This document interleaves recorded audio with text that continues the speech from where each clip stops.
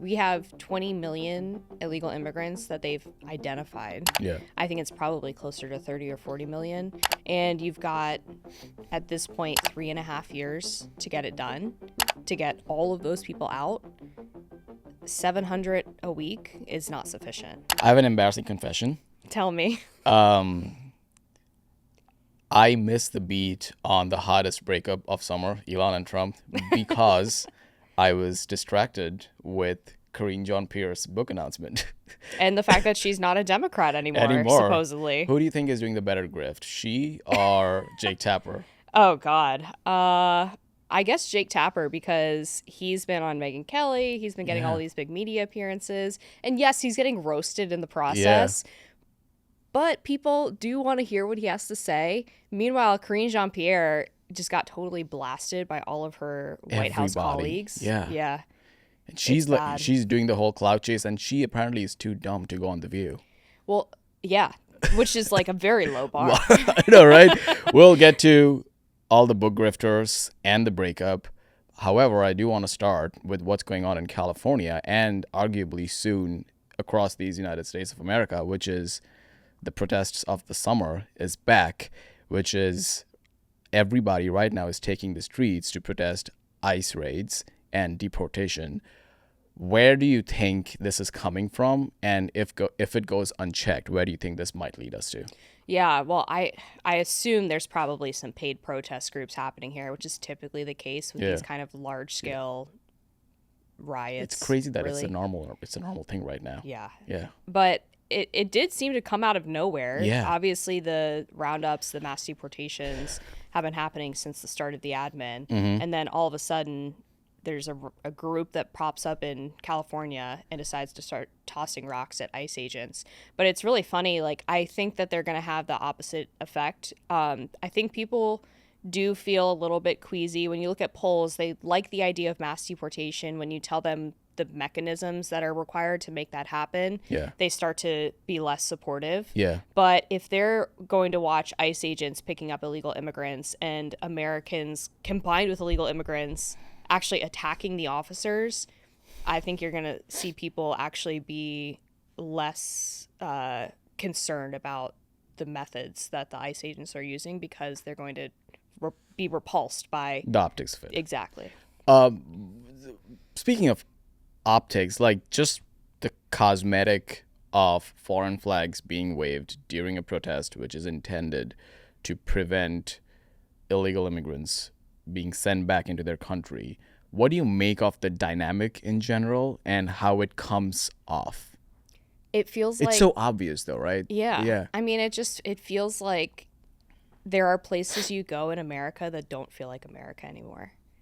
Okay, like let's stay on that for a while, because for the longest time, the argument is that America is all about like small d diversity in a way where you can go to the places, the melting pot. There's like a little Italy, there's a little Haiti, there's a little whatever. And I think that adds a charm to it. However, it's a different argument when you go to these places where people don't speak English, they have foreign flags. And on top of that, they take full pride on the fact that they are from a different country and they moved here and doing whatever. Compare that to what's going on right now. Where do you think that this goes? Well, I just remember growing up and in school, we heard all about the melting pot. But at a certain point, I want to say it was like late elementary to middle school, where they changed the analogy to a mixed salad. Okay. What does that mean? The idea was that immigrants from other countries, other cultures, should no longer be required to adhere to American values or culture, and asking them to leave behind maybe parts of their culture that we didn't like here in this country was bigoted, xenophobic. And so now there's no expectation of assimilation, which is why you have some of these illegal immigrants who have been picked up by ICE. You see them on the body cam footage. They say they've lived here for 30 years. They don't even speak any English. Like, that's crazy. The 150-pound gorilla in this room is me. I'm an immigrant, but we love you. No, it's not. It's not even that. One of my favorite quotes is, I forget the exact words, but the thesis of it is basically, you can come from anywhere or anywhere and you might have a shot at becoming an American. However, there is no place for an hyphenated American. I think it's a Teddy Roosevelt quote. And so if you are here from, I don't know, Afghanistan, you should aspire to not be Afghan American. You should aspire to be American, which is a stark contrast from what's going on. Besides the actual mechanics and politics of it, I'm talking about that mixed salad aspect. Like, there is no expectation for people to be assimilated. And if that's the jumping off ground, obviously the politics which ensues from that is going to be what we are looking at today. And what's the point of striving to be American or even American as an identity if you're flooding the country with people who don't want to be American? That's the bigger point. Yeah. Like, what even is a country if you don't have a set of underlying values and traditions and something that ties everybody together? How do you think Stephen Miller is going about it regarding the specifics of deportation? And are you happy with it? Do you think it should be ramped up? Yeah, I mean, I'm generally happy. I agree with him and Kristi Noem that there should be more. Yeah. There was apparently a closed-door meeting with members of DHS and ICE a couple of weeks ago where Stephen Miller and Kristi Noem were going off on them, leaving them in fear for their jobs because they weren't happy with the current pace, which I think is great. Like, we have 20 million illegal immigrants that they've identified. Yeah. I think it's probably closer to 30 or 40 million. And you've got, at this point, 3.5 years to get it done, to get all of those people out. 700 a week is not sufficient. And they should go to 3,000 a week. I think that's the That's target. the plan. That's the target. Yeah. Do you think the Kilmar, Abrego, Garcia, and I keep forgetting all the names at this point, do you think that news cycle and the fact that they were rounding up college kids who wrote funny essays, do you think that had a dent on the narrative?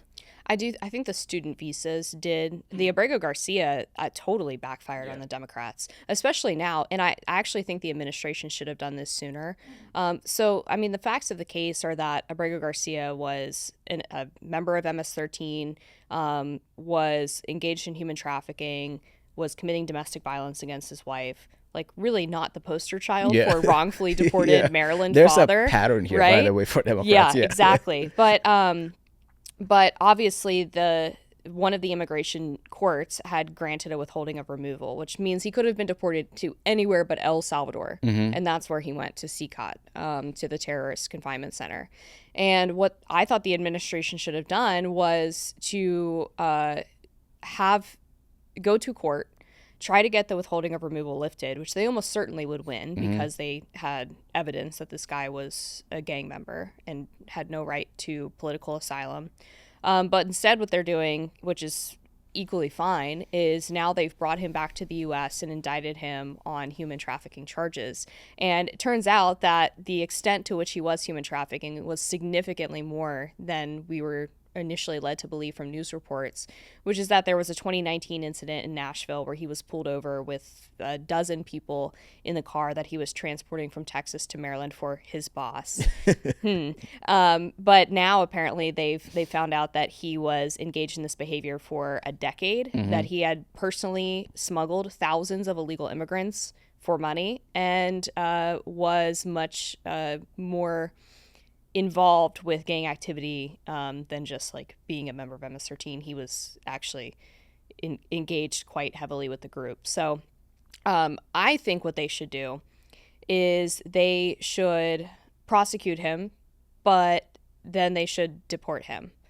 They should drop or maybe even drop the charges, get the withholding of removal lifted, and send him back to CCOT, because now we're on the hook as taxpayers for his prison stay. What about the students and the visas of it all? Some of the cases I think are stronger than others. Yeah. I mean, there's the guy whose like father-in-law was a top-ranking member of Hamas, and was, if you're cheerleading for a terrorist group, then I don't think you have any right to be in the United States. I think the issue where it comes in is that when Americans see kids who are writing essays, which they might agree with, and the only counter argument is that just because they're on visas, they don't have as much free speech rights, which is true. Right. However, just the optics of it, because they agree with them on some level, and DHS is using that as a basis to deport them. Right. And well, yeah, the State Department. And I think one of the issues generally with the Israel-Palestine conversation is that any support for Palestine gets conflated with anti-Semitism, which is not always the case, although I think those lines have become blurrier in the past 6 months, especially with the attacks obviously outside the embassy in DC and then the Boulder attack. There's less cover, I think, for people who are cheerleading for Palestine and Hamas to say that they're not anti-Semitic because they're aligned with these people who are committing really heinous act against Jews. But I don't want to be in a place where any criticism of Israel or Netanyahu means that you hate Jewish people. We'll come back to that vis-a-vis the Mark Levin and Tucker stuff. Oh, boy. However, I want to start with your scoop, and let's phrase the whole Elon-Trump breakup through the lens of the Jared Isaacman thing. Talk me through the scoop, and then let's get into the specifics of the MAGA Elon breakup. Okay, so Jared Isaacman was Elon Musk's pick to be the administrator of NASA. And Elon had asked for a lot of cabinet official picks. He wanted to choose the CIA director, the head of the IRS.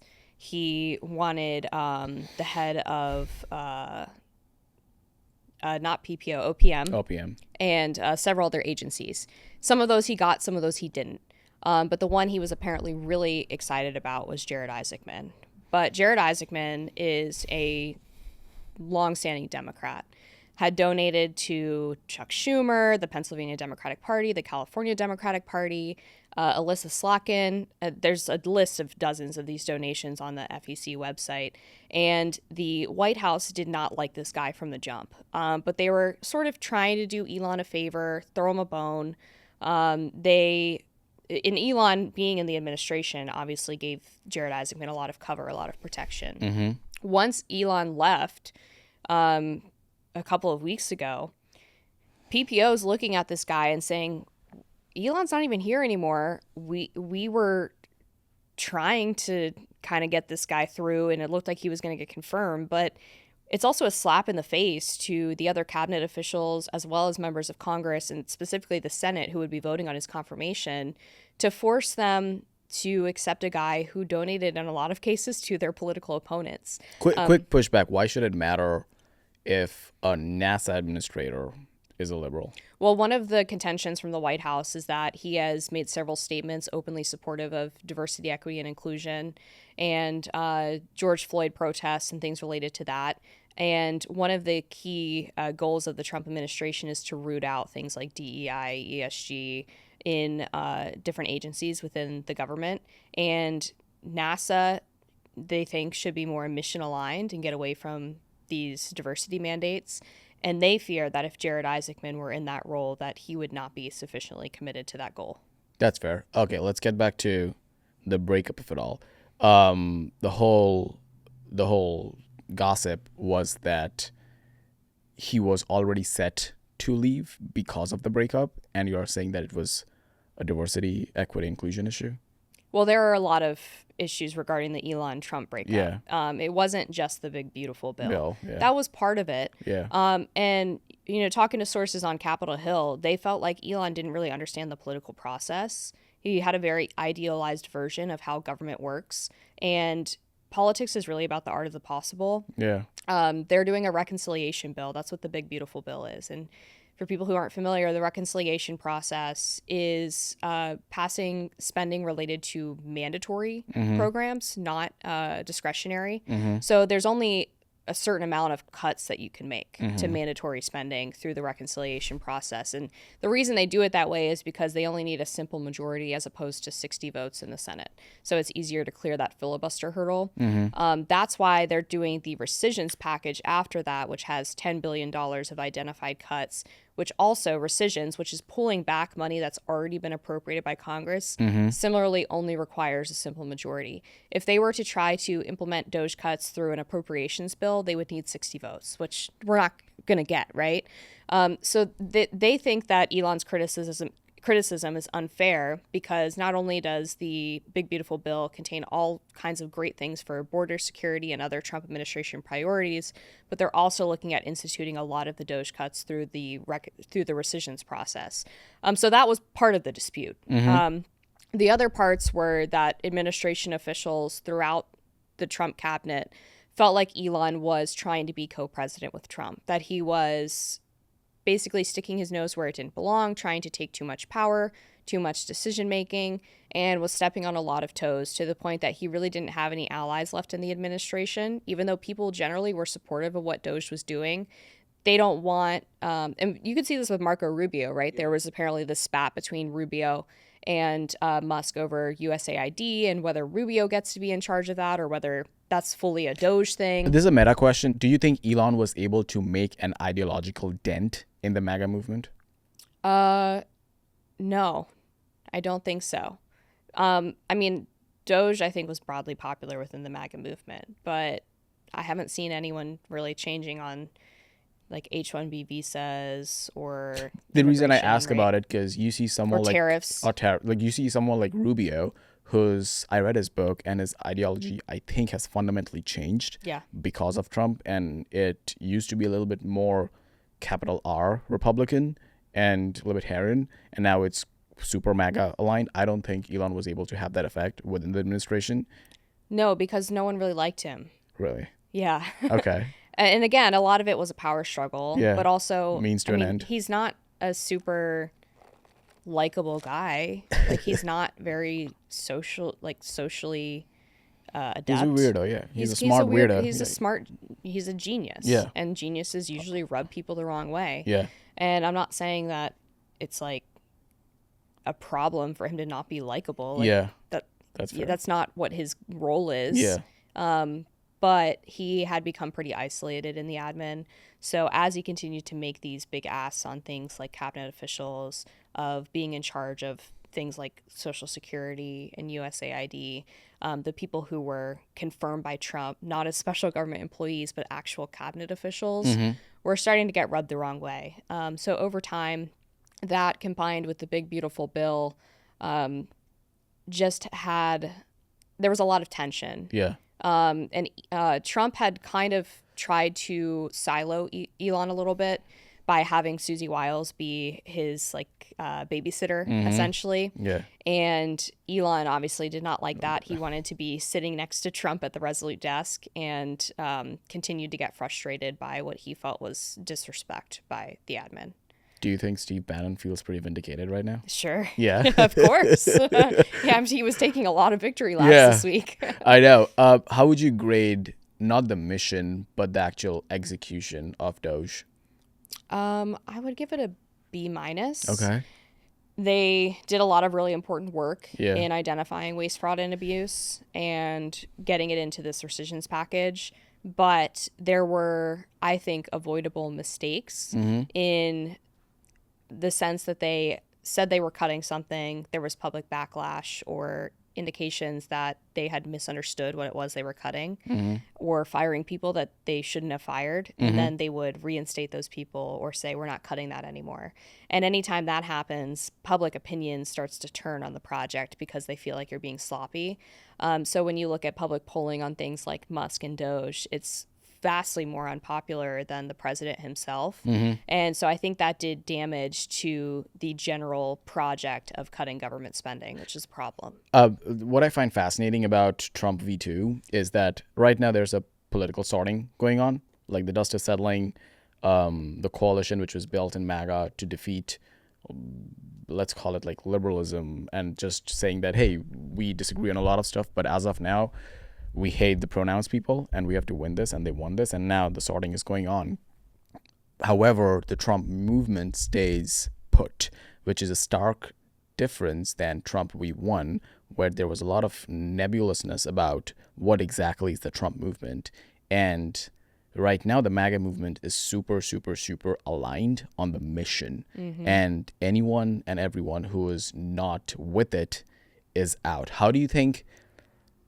how would you grade that execution regarding Trump surrounding himself with, and this word gets somehow taken as a pejorative, loyalists, in a way that these are the people who we need to get the job done? I give that an A. I'll stop. I won't go to plus, but Okay. an A. Okay. I mean, getting Mike Waltz out of the National Security Yeah. Administrator position, putting him over as the UN ambassador, which, like, let's be honest, the UN ambassador nothing. reads scripts. Yeah. It's like all a show. Shout out Nikki Haley. Yeah, exactly. Yeah. But everyone else in the admin has been very clear about the mission. They've been very loyal to Trump. And like you said, that's often seen as a pejorative, Yeah. but it shouldn't be. Yeah. I mean, what other administration would We people would surround complain- ourselves with people who hate us. Yeah. Like, can you imagine if someone in the Biden administration was actively trying to undermine the Democratic project? Like, the media would be destroying that person and calling for them to get out of the admin. But somehow when it's Trump, it's like the worst thing in the world that people are actually trying to execute what the president who was elected by the American people wants to do. So speaking of sorting, let's go on to the other side. Karine Jean-Pierre. What's her deal in general? Like, I cannot put a pin on this person. It's so weird. I mean, even stranger than deciding to come out as an independent. Yeah. The second time she's come out in her life, I guess. She also said in that video where she was announcing this book. Why was she sitting in a closet in that video? Maybe Yeah, I know, right? She's going back in. I don't know, maybe. Vibe shift. During Pride Month, no less. But she said in that statement that the Democratic Party betrayed Joe Biden. Oh, boy. Yeah, sure. I mean, we've heard plenty from the other admin officials about how unqualified and bad she was at her position, which we already knew. Yeah. Now they're just saying it because it's safe because she's not a Democrat anymore. But the idea that the party betrayed Joe Biden, like Joe Biden and his family betrayed the American people by allowing him to run for president in 2020 when he clearly was not mentally fit for the job. They betrayed the American people and she betrayed them by lying throughout his entire tenure about his capacities. And getting Joe Biden out of the nomination for re-election, motivations aside, was probably the only thing the Democratic Party did that was right and good for the American people in the past probably 10 to 15 years. But to be nice, we'll say the past 4 years. As the dust is settling on the left, I saw this poll where people were asked to choose, by people I mean people on the left were asked to choose between populism and abundance. And just so we're clear on definition, abundance is basically everything that is going on with the left cities, left states, is that the government is in the way of building, and a lot of if you get to the core of a lot of issues which Americans are facing these days, it comes down to an affordability crisis, and that is because the government is in the way. That's basically abundance. And populism is basically, no, this is not the time where we vilify government. We have to vilify the elites who are getting in our way. And liberals were asked to choose between that, and they heavily aligned with populism. By that, I mean the entire oligarchy tour of Bernie and AOC. Where do you think the energy lies in the left right now, given the fact that they don't have a face or a leader? Yeah, it's a good question. I've been trying to figure that out myself. I'm not totally sure. I don't know that populism and abundance necessarily have to be in conflict. Like, there can be two bad guys. Yeah. It can be an elite problem and a wealth accumulation problem. Which the right also identifies. Sure. Yeah. And also a government problem. Like, Yeah. I don't think those two things have to be in conflict. But for the left, they seem to be incapable of turning from the wealthy boogeyman. But you have seen Ezra Klein gaining traction and some of the left-wing influencers be more kind to that way of thinking. But I think that the Democratic Party is probably going to have like a 5 to 10 year struggle of an identity crisis. Do you think that abundance movement is a Trojan horse for neoliberalism? It's possible. Yeah. I'm not sure. Yeah, I haven't read his book yet, so I Okay. don't want to speak too much out of turn. I read his book, and the only reason I liked it because it kind of spoke to my small L libertarian leanings, especially because, hey, like, why is Texas, the reddest of red states, is leading on all things YIMBYism, clean energy, which are the things which are heralded by the blue states. And in the blue states, people are leaving for these states. I was like, okay, that makes a lot of sense to me. Yeah. I mean, there is so much skepticism of private enterprise on the left. Yeah. Where that element of the abundance agenda is not going to resonate with like the 20% progressive Democratic base that votes in primaries. Shifting gear to the Mark Levin Tucker debacle, I want you to explain that to me from like a horseshoe theory point of view, because right now a lot of people on the right are realizing that they are quote unquote on the side of not funding foreign wars, and that puts them in the camp of pro-Palestine. Yeah. It's kind of tricky, right? Yeah, it's like weird, I'm not yeah. with you guys, but at the same time, I'm here because I align with all things America. So what's going on?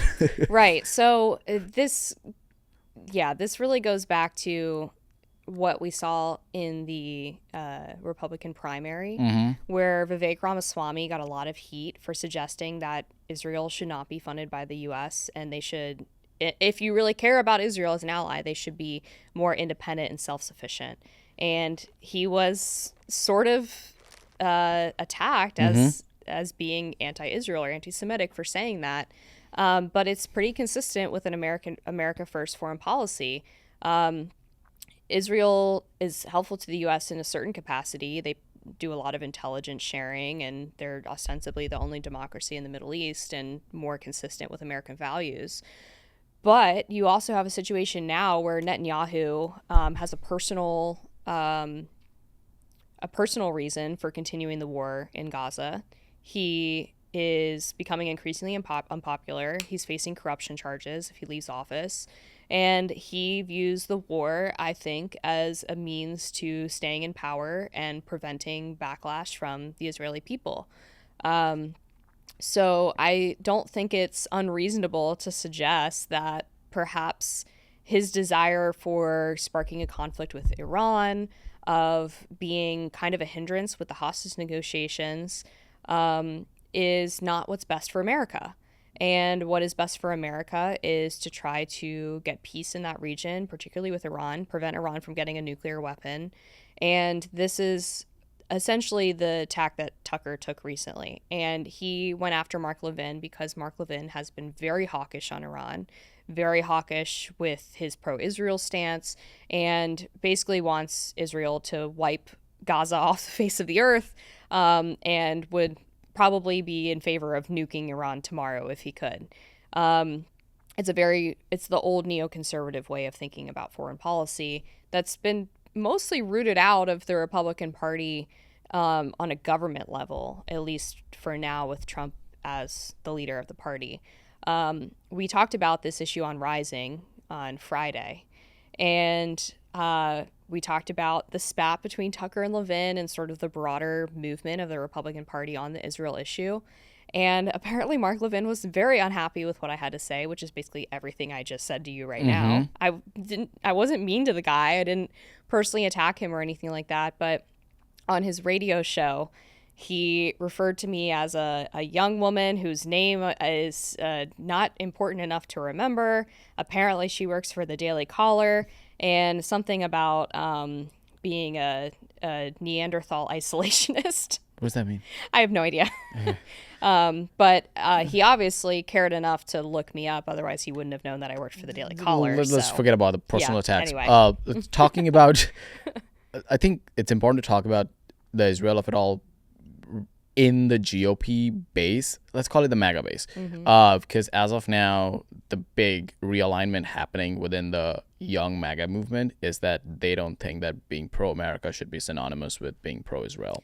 Right? So how should like the 20-something, 30-something, 40-something, let's call them the new MAGA or like the new right, think about the Israel issue, given the fact that times are heated and then there's batshit things happening with people like Jewish people getting shot and anti-Semitism taking reins in college campuses. So you see that happening, and for some reason, not for some reason, for the right reasons, you feel like, yes, Jewish people need to be defended because this is like an actual ideological attack and they should not face that.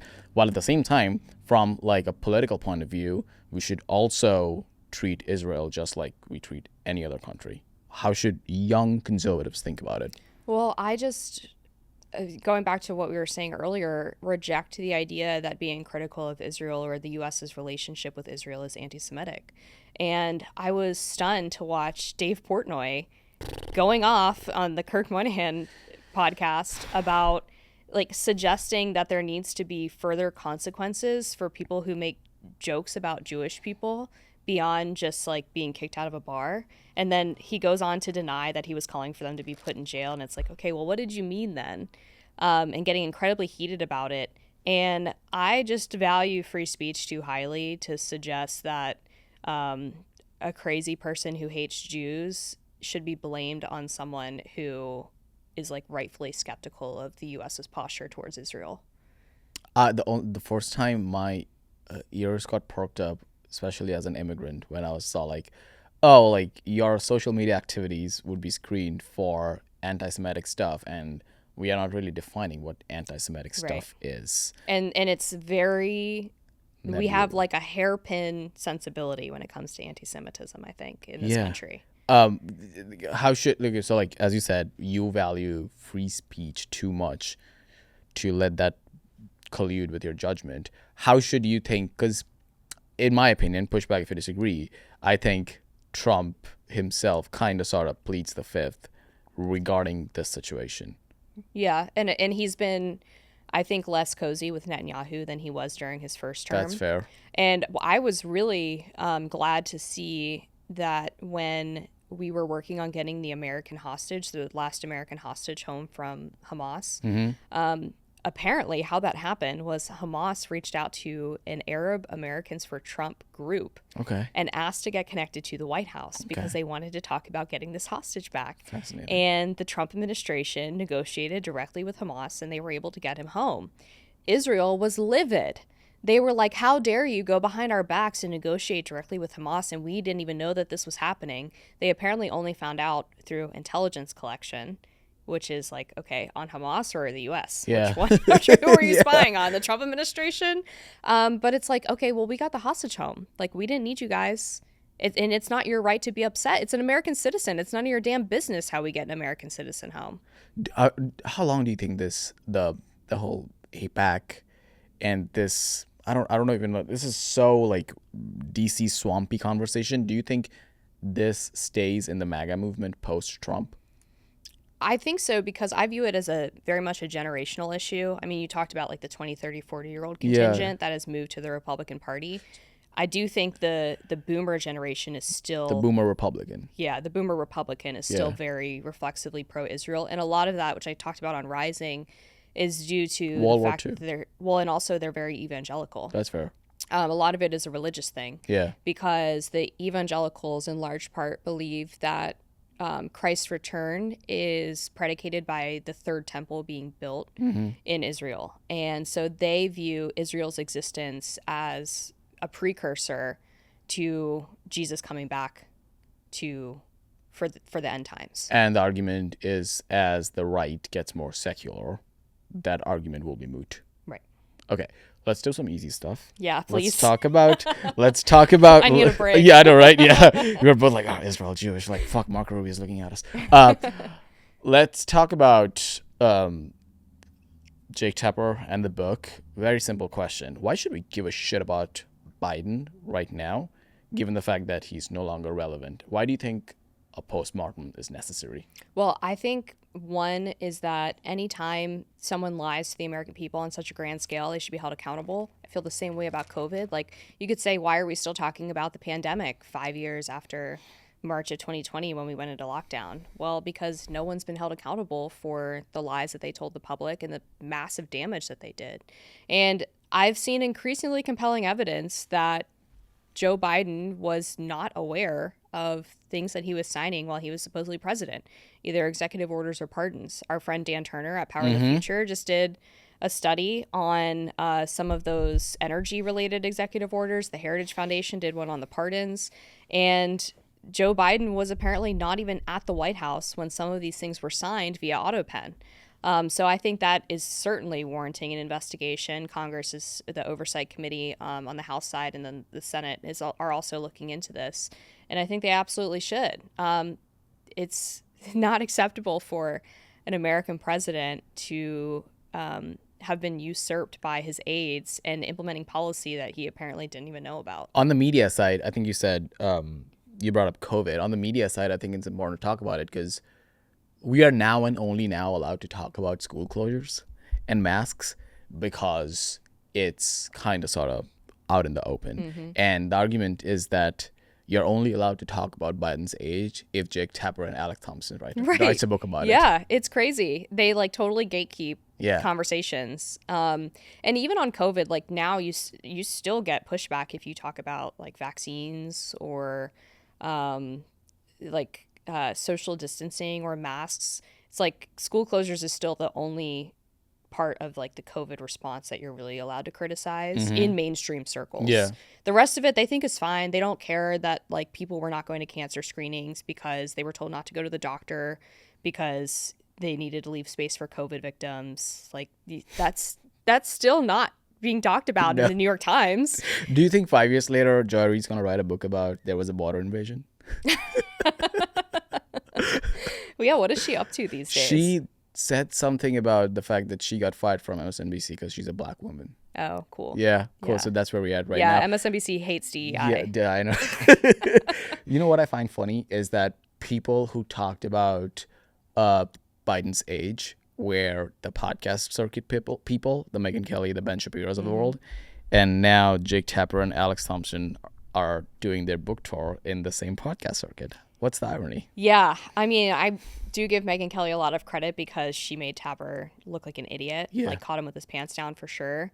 And I think that's all it is that these podcasters want like their pound of flesh on these guys for being complicit in the cover up and now claiming that, oh, we were lied to too and we had no idea. Like it's all bullshit, obviously. But I think like the thing that's really annoying about it is even Alex Thompson, people give him a lot of credit for being one of the first mainstream media journalists to talk about Biden's decline.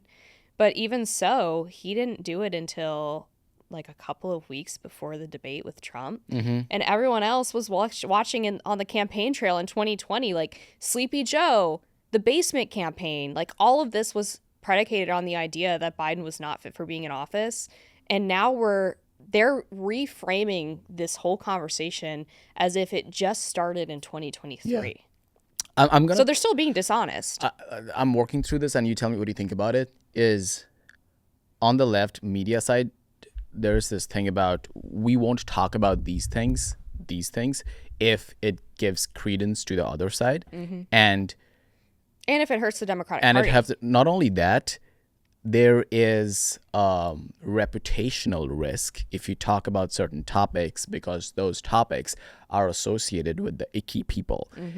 If you compare that to how the conservative media circle treats something critically like Israel, like free speech, like deportation, there's a stark difference regarding actually holding the ground for let's just talk about the truth. Yeah. Do you think there's any value there in thinking about it? Yeah. No, I think that's right. I think there's a lot more open debate happening on the right, and that's always been the case. And there's a lot of criticism about that. Like, wow, I wish we were as united as the Democratic Party is. We'd probably get a lot more done. But I think there's great value in making sure that the policies you're implementing are actually the right thing. The value in unity and mission alignment should be there in a governmental and a policy level, which it is right now. However, in a media space, in the conservative salon space, I want debate. Yeah, same.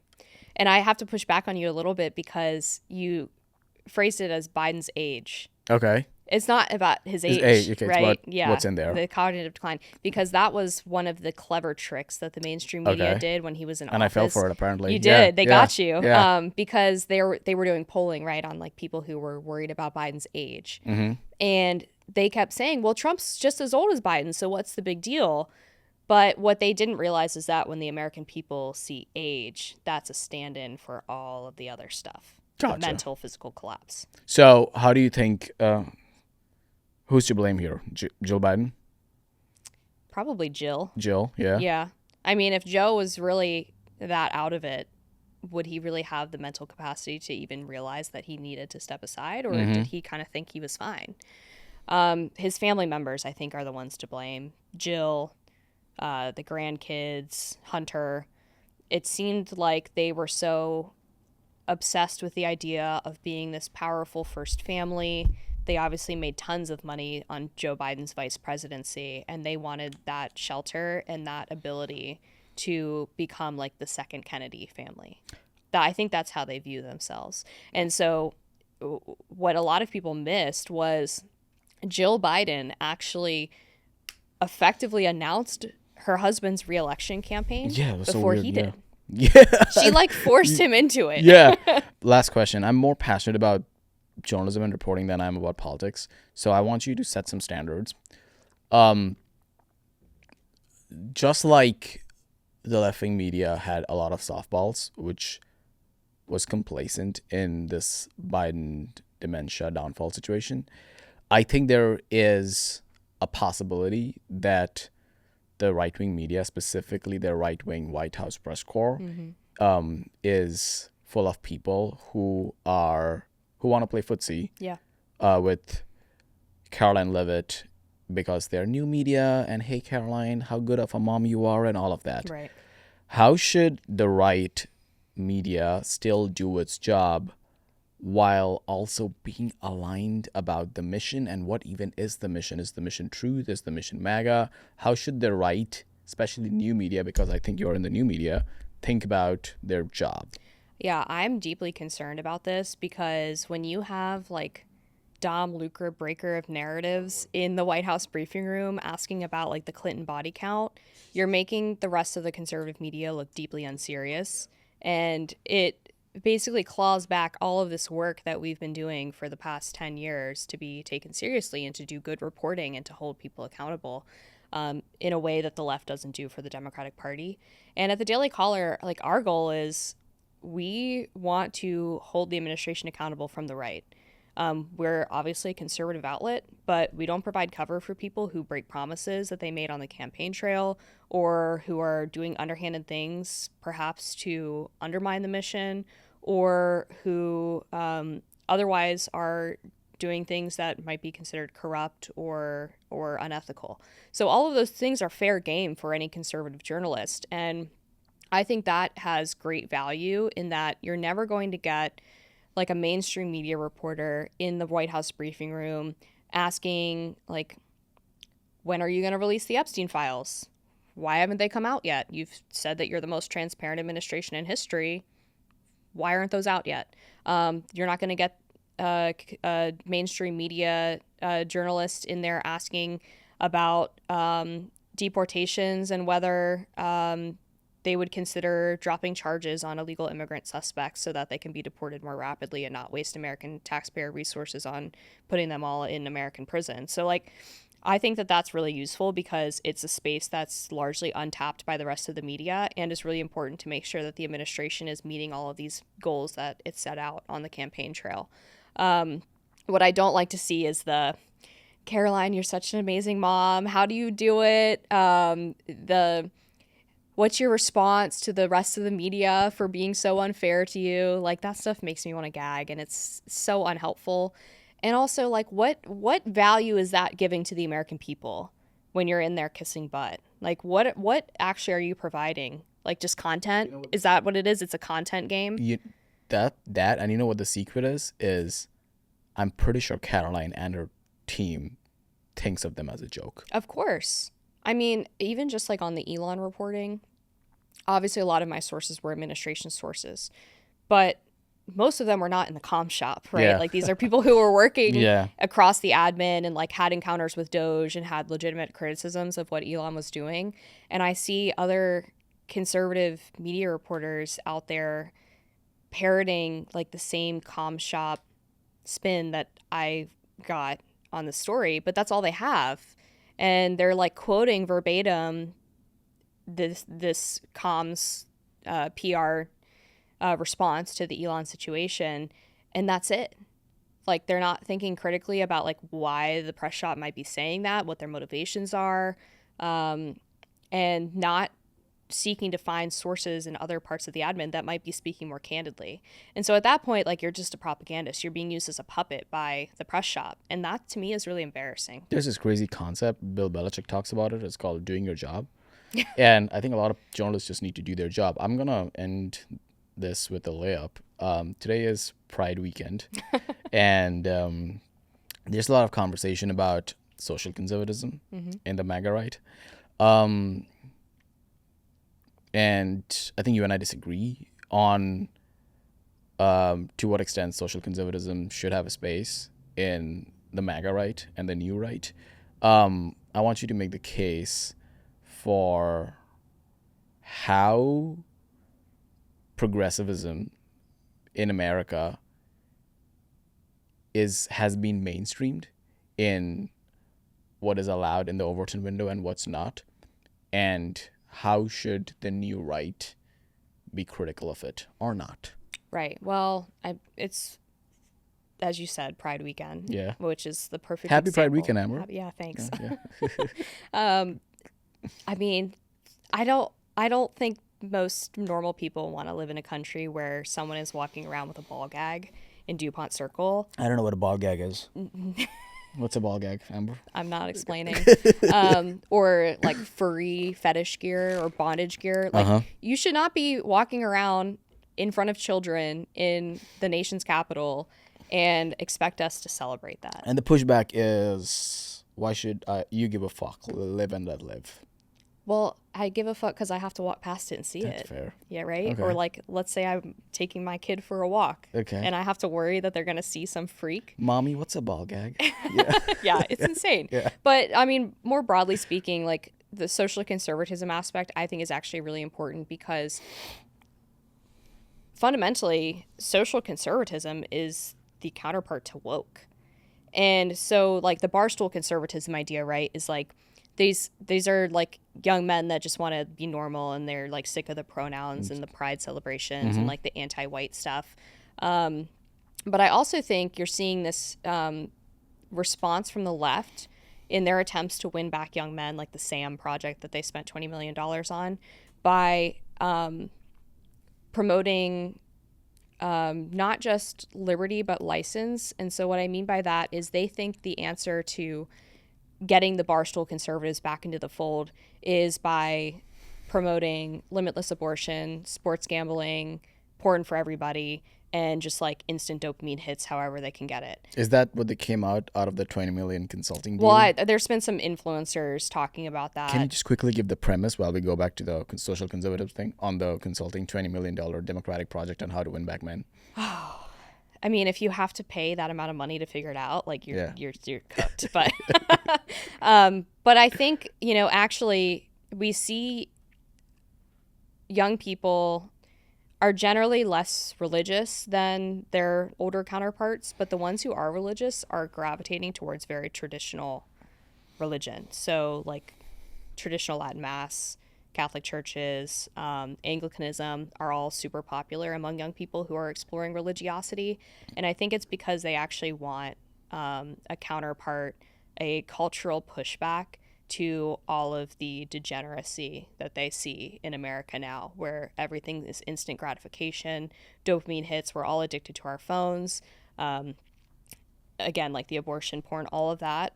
I think there really is a hunger for truth, beauty, some kind of like limits on what a healthy person like should gravitate towards, and also purpose. I think a lot of young people are lacking purpose, and social conservatism, the way I see it, connected to these traditional religious values, which were really what helped build this country, can be a very attractive thing for someone lacking purpose.